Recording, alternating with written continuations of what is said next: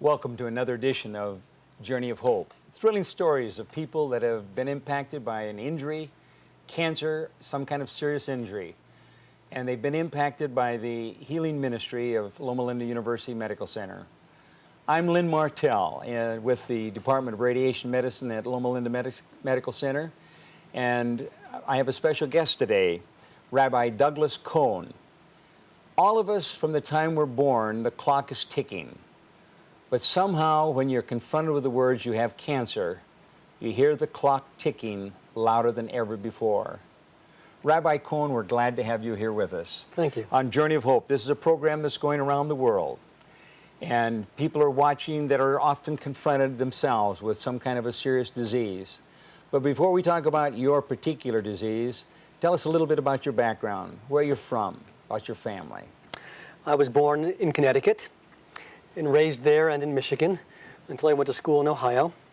And then I've been all over. I've lived in, one of my degrees is from school here in California, degrees from a school in Ohio. I've studied in Jerusalem where I've lived. And I've been a rabbi in the East Coast, the Midwest, and now out here near Loma Linda for the last 7 years. Okay, so you've been here for the last 7 years. Correct. Tell us about your call to, and when you became aware of the fact that you were going to become a rabbi. You told me a little bit about that background and about some of the trips you were taking. Oh, you really want to hear the story? I want to hear the story. I want our audience to hear the story. Well, it's not the typical story. I was a student at Antioch College in Yellow Springs, Ohio, which is a very countercultural, unusual institution. And at Antioch, every 3 or 6 months, the students would depart, often with a toothbrush and a backpack, and go work in their field in some disparate part of the country or the universe. And I was, at that time, studying environmental studies. And with my best friend and some other friends, we went out to Oregon, where I was running a small preschool. And after a little bit, my then girlfriend departed, my friend's girlfriend departed, we were left alone, and we learned about hoboing. Hoboing? You mean like as in hobo? As in jumping on freight trains without tickets. And so my friend Tad and I spent about 4 or 5 months picking apples in the fall harvest season and riding freight trains around the West. And during that time, I began to really study myself. And at the end of that trip, we were in Florida. I was in Florida with my family. Now, wait a minute. You mean you're actually jumping onto trains and jumping traveling off around? them, too. And jumping off of them. Okay, Correct. All right. And I actually spent one night in jail, which we won't discuss. All but right. yes, I was on and off trains, and it was exciting. I saw another part of America. I was then back in the 80s with illegal aliens before they became of concern. And saw another side of America and discovered who I was when I got out of my cultural norm. And the last stop of that trip was in Florida for my grandparents' 50th wedding anniversary. And my whole family had gathered. My hair was down to here, the beard was to there. I think I cleaned myself up, had a jacket and tie on for the 50th anniversary. And you'd just really been on a train recently? Actually, I hadn't been on a train for like 2 months. Okay. I had hitchhiked to Florida eventually, but it was a long peripatetic trip. And my grandparents of blessed memory were both very involved with the synagogue in Florida and at all times. And so the synagogue at which they had belonged decided to have a special kiddush, a luncheon in their honor on the Sabbath, the Shabbat, of their 50th wedding anniversary. So there I was, after 9 months of traveling and discovery. And I was sitting in the synagogue with my father, my grandfather, my twin brother, and my cousins, and I was there engulfed in the Hebrew of the prayer service, feeling very at home. I went outside, after the service, my cousin and I, my cousin was also a hippie, went up to greet the rabbi and say to him, "Good Shabbos." And my cousin said to the rabbi, "Listening to you made me want to be a rabbi." I mean, I was stunned. I shook the rabbi's hand, went outside and said, "That's who I am." My cousin ended up running the family business, the drugstore in New Jersey, the Five and Dime, and I went on to become a rabbi. I went back to college and studied, and then met my wife, and we ended up living in Philadelphia, then moving to Jerusalem, and So you've lived in Jerusalem? Yes. For how long? At that time, for 1 year. At that time, so you've been back many times. many times. Okay. So you got married, and you have a family. Correct. And tell us about your wife and your children. My wife, her name is Reva Bloom. We'll see pictures of her later. I'm not sure that we have many photographs of my children in these slides, but Reva is a touch therapist, technically a cranial sacral therapist. She does healing through touch. Really? Okay. Well, let's take a look at a couple of the pictures here, and you kind of describe them as we go through them. Sure. This is just about 7 or 8 weeks after my surgery, 7 weeks after my surgery for cancer. And I had said to the doctor, we'd planned this trip to Spain and Morocco many months earlier, and he guaranteed me I'd be able to go. And so that's Reva to my side and myself. And this is us also in Spain at the statue of Maimonides, the great physician of the 11th century from Spain. And this is, I believe, in Cordoba. And here we are at the Alhambra in Granada, carrying the sign that you can't see, says, "Wish you were here." We sent it back to our friends, and we were traveling around Spain. This is just last fall, in the far, far side, I think it's the far left-hand side of the photograph. A number of our students from our religious school went up in the mountains for a weekend, and we had done some climbing, which you would appreciate as a climber. And this is up in the mountains. This is Passover service this year with my cantor, and I'm wearing a microphone because we have this special technology in the synagogue, and we're leading the Passover Seder, the special dinner service. And this is my wife Reva and me at some event in the synagogue, casual, relaxing, having a good time. This is a fundraiser at the synagogue. I'm sitting with a friend who's a race car driver, and it was a casino type night, and I'm wearing a hat, and it's just a casual night. That's a sweet picture. It is. That's me with one of our religious school teachers outside at one of our services outside with our children, just in a tender moment. That's me with a student, and if you look to my left, there's a palm frond. This is from the service of Sukkot, when we use palm fronds in the fall to mark the fall harvest. And I'm, I guess, teaching this young child about the festival. That is me in a blurry moment blowing the shofar, the ram's horn, at Yom Kippur. I think this picture was mocked up, and those behind me are the Torah scrolls, the 5 books of Moses written on parchment in our synagogue. That's a casual moment. And that's the picture we use for my publicity for the book, which I've written. Okay. This looks like it's at outside service again, and it's casual, and we have the guitar, and a prayer service I wrote, and we're having a little worshipful moment. This is also a Passover service. This is a service for the children, and I'm leading again the Passover Seder that night. Oh, this must be a fun time with a rabbi. Yes, this is, for a few pennies, the kids can throw a pie in the rabbi's face for the festival of Purim, when we're supposed to dress up as Haman or Esther. Haman, the bad guy that wanted to kill us. Esther, the good one. And I guess they've got me wearing a little mock of a skirt and a hat, and I'm getting a little whipped cream in my nose. This is at Barnes & Noble here in Redlands, at Hanukkah, at the Jewish book fair that Barnes & Noble agreed to conduct, and we had a special Hanukkah candle lighting. If you look just in front of me, there's a bright glow and a Jewish star. That is the Hanukkah menorah, lit with the candles of Hanukkah. And we had hundreds of children and families that were coming to buy Hanukkah presents of books and to have a special festival at the bookstore. I should mention that's when my book was released, by the way. This picture is in Malibu. A year ago, a young member of my synagogue was elected the president of the entire regional youth organization for all the Jewish youth of Southern California. And I was honored to attend his installation in the mountains in Malibu, and that's this moment. And that looks like a stock promotional picture of me. All right.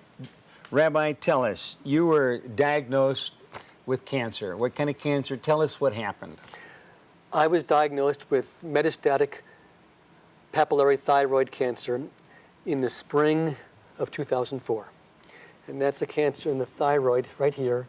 I had a tumor that was large and was impressing itself upon my esophagus, causing me swallowing difficulties, which is how we discovered it. And I mean, what actually happened? You had several different choking episodes, and Correct. And went to the doctor, and then what? I had been choking on pills or on food for the better part of a year and a half at least, and I was in denial. My wife, she realized it, but she couldn't impress it upon me. I would swallow a vitamin or whatever, and it would get lodged right here, and I would have to go outside or to wherever I could and induce a vomiting reflux. Eventually, in the spring of '04, for other reasons, I was to see a doctor. I saw an internist here at Loma, and after the wonderful physical examination, I told her that I was having these swallowing difficulties, and she's another photograph of me there.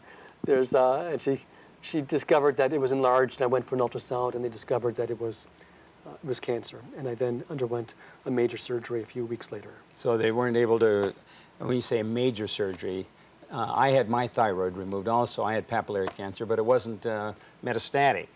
Yours was apparently far more comprehensive. Yes, they had to, unlike your surgery where it was about 1.5 inch incision here, my incision goes from my ear down to my collarbone and across, and my entire neck was opened up and dissected. It was about a 7-hour surgery conducted by the chief of surgery here at Loma Linda, Dr. Alfred Simmental. And he dissected and removed everything that was unnecessary in my neck and removed 45 lymph glands, of which well over half were cancerous. And some of these trips that you were talking about in these pictures were just a few weeks after you had this surgery? Correct. I was fortunate. Firstly, I suffered no other complications. My vocal cords were not damaged. And this is again to the credit of the incredible talent, sensitivity, and thoroughness of Dr. Simmental here at the hospital. I was able to speak the very next day. I was not able to swallow. I had a swallowing impediment, and we had to go for further tests. I spent a week in the hospital as they had to calibrate my calcium because I lost my parathyroid glands also in the surgery. So they removed both the thyroid and the parathyroid. Yes, the parathyroid are actually 4 glands that are in the region of the thyroid, and 3 of the 4 had to be removed, and the one I have left is not sufficient to be able to meet my needs, so I take supplements. But I was, about a month later, I was able to get around and get back to the office, speak ably, and then about 3 weeks after that, I left for Morocco and Spain for a 2.5 to 3 week vacation. And this had been a planned vacation. It was, and admittedly I was weak. I would nap in the afternoon. I was doing my therapy in the pool where we were staying because due to the nature of my surgery, I also lost 2 nerves, one that controlled the physiology, the movement in my right shoulder, and one that controlled the feeling in my face, which has still not come back. And I had to learn how to compensate. In fact, with a cup of water here, 3 weeks after my surgery, I could not hold a cup of water in my arm. It's just too weak. That's right. And I continue today to do exercises for my back and my shoulder. Well, what kind of an impact did this make upon you? I mean, the question is, why me? And I know we're going to talk about your book here in just a minute, but why me? Well, there's no answer to that, Lynn. Lynn, it just, there's no history of this kind of cancer in my family, although my mother had lung cancer and died of lung cancer. My sister's an oncologist at the National Cancer Institute in Potomac, and she is a patient with lymphoma presently. My father had, the year before me, colon cancer, but there's no evidence that this is genetic. Of this type of cancer? Correct. And this type of cancer usually strikes a young male in the teens to 20-year-old or a middle-aged woman. And I'm neither of those. I checked to be sure, I'm not either of those. And so it just is capricious.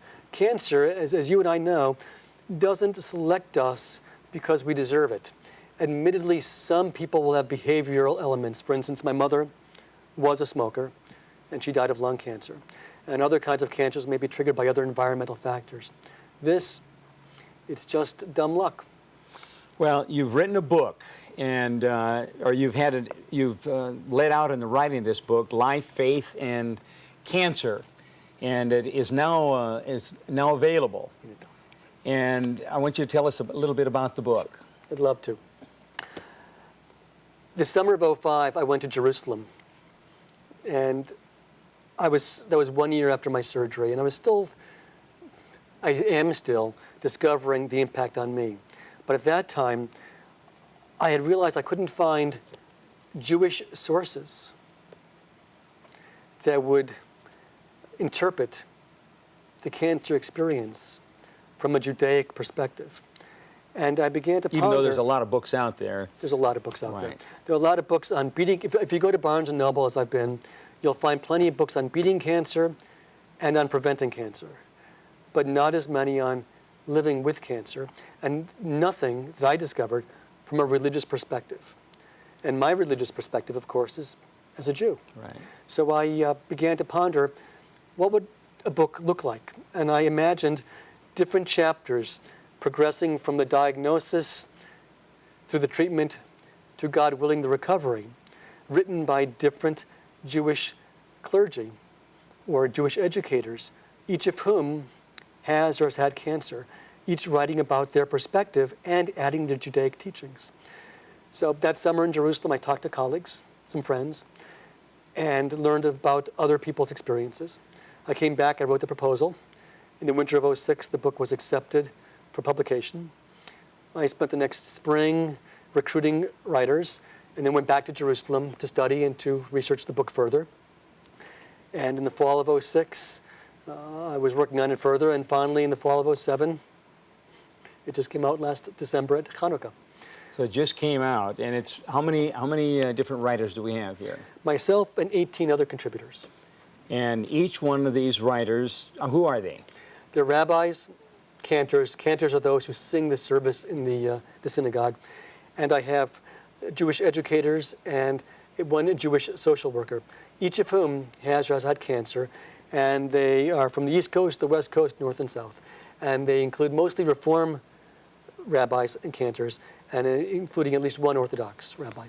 So I noticed that, and I've read most of the book here, and it's fascinating reading, some brilliant perspectives. And your chapter is entitled, Why Me? Yes. And what kind of a conclusion did you come to? I delighted to use in the book text from, in my chapter, text from the Talmud, which is the code of Jewish law.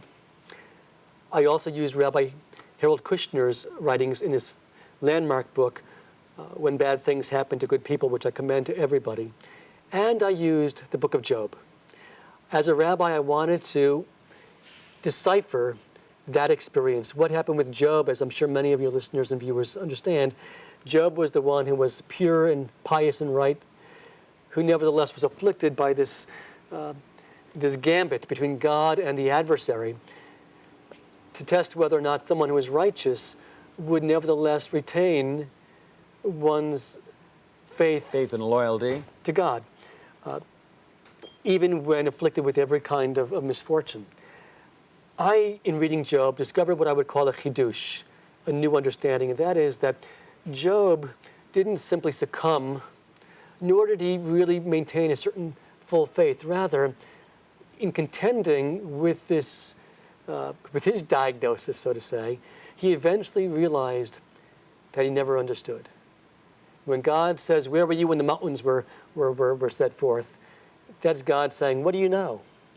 And Job eventually realized, "I don't know." Hence, the answer to why me is, we don't know. And ultimately, we have to be like Job if we're going to maturely evolve, and that is to realize an answer to why me won't give us comfort. Rather, the answer is... It's not like a mathematical equation. No, not like a mathematical equation. Rather, ultimately, it is me. So the question isn't why me, but now that it is me, what am I going to do with me? And that's what the book offers. 19 windows into what are we going to do now that it is me? Because everybody who has a diagnosis has to live with that. We can't, and they're never the same. That's right. And you can't unscramble the omelet. You can't go back and be before. Once you're told you have cancer, You've got to deal with that new reality. And how we deal with that, graciously or perhaps not graciously, is up to us. Well, I know that's what each one of these chapters are, a person's perspective of how they're dealing with the fact that they've been diagnosed with cancer. Correct. And there's been some brilliant perspectives here. Now, I understand you're working on another book. Yes. I've been asked by 3 wonderful professors here at Loma who teach in the World Religions Department to write a chapter for a brand new textbook that's being crafted.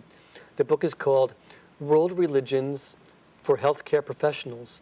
And it's the genius of the teachers here at Loma Linda who realized that physicians, nurses, dentists, occupational therapists, physical therapists will today have patients who are of different ethnic and religious backgrounds.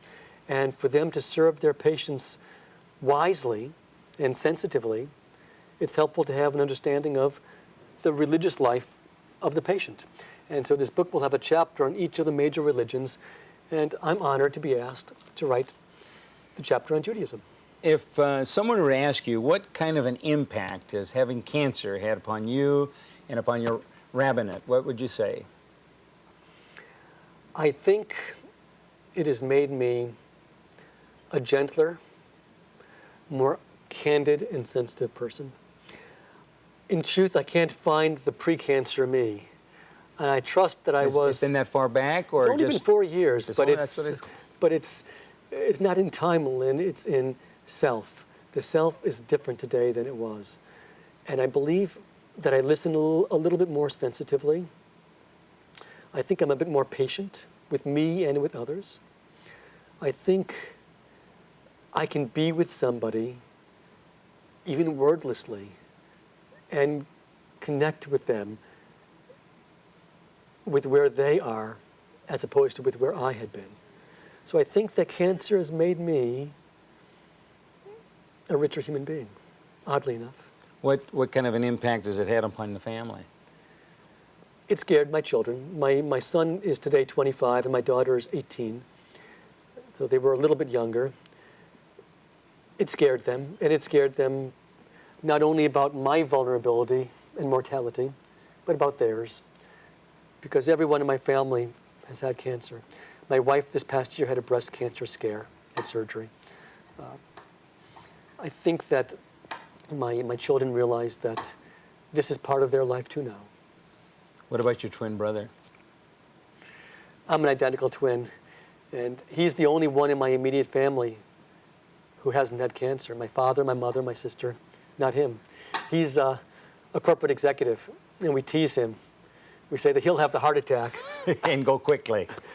God forbid, and we'll have the cancer, and we laugh. And that's one nice thing is that there's a lot of humor in the cancer world once we allow it.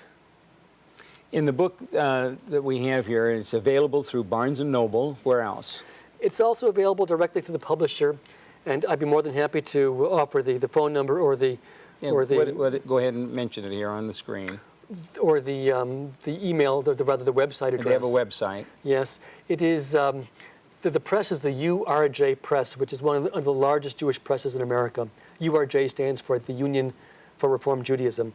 And for those who would like, their phone number is area code 212-650-4120. And the book is available right there, or at urj.org, and mess around and you'll find it. Good. Thank you so much for welcome. sharing that. I know the last chapter was written by a rabbi, and there was some very poignant statements, and I'd like to have you share that with the audience here. Sure. And tell us who the rabbi was. Yes. The final chapter was written by Rabbi Yael Rydberg of Manhattan. She also happens to be the rabbi of my brother's synagogue. And my brother would tell me about her treatment as she was going through it, so we went through it vicariously together. And I asked her to write the final chapter. She's a brilliant young woman, and she had breast cancer in, I believe, 2003. And she wrote the final chapter and the final paragraphs. And if you'd like, I could Yeah, we read have a little about bit. 2 minutes left here, so go ahead. Sure. Her final paragraph is this. She writes, 3 years later, I still mark my anniversary of diagnosis by taking care of myself in some way. A massage, an especially deep yoga practice, a luxurious facial. I make a contribution to a cancer organization in honor of my recovery, and I sing the verse from Psalm 118, verse 5, Min hametzer karatiya anani va'merchavya. Out of the narrow straits I called to you, and you, God, answered me with expansiveness. She concludes, as every day my recovery and healing are more and more secured, I feel blessed by my physical and spiritual resilience. God didn't have anything to do with my diagnosis, and being a rabbi didn't save me from this encounter either. But my faith, my spiritual life, and my deep connection to community are those things that carried me on eagle's wings through this passage to healing. That's powerful. That is powerful. It was. Life, faith, and cancer. Jewish journeys through diagnosis, treatment, and recovery. Our special guest today has been Rabbi Douglas Cohn. I want to thank you, Rabbi, for being with us and looking forward to the new book that is going to be coming out. And I'm sure many of our audience are going to want to order this book because I found, from my perspective, that the writings in here, they brought a lot of relief and comfort and some keen insights that I had not had before. It was a real help to me. For our listening audience, I'm Lynn Martell with Loma Broadcasting Network. And this is the Journey of Hope, sponsored by the Medical Center, and it is seen each week. We want you to join us again this next week, and thank you so very much for being a part of our listening audience. And you're welcome to call in or to write in if you have some questions. I know that many of those that are watching are also confronted with difficulties and challenges. I want you to know that God has a plan for your life. If you'll open yourself up, He will guide, direct, and lead you. May God bless you.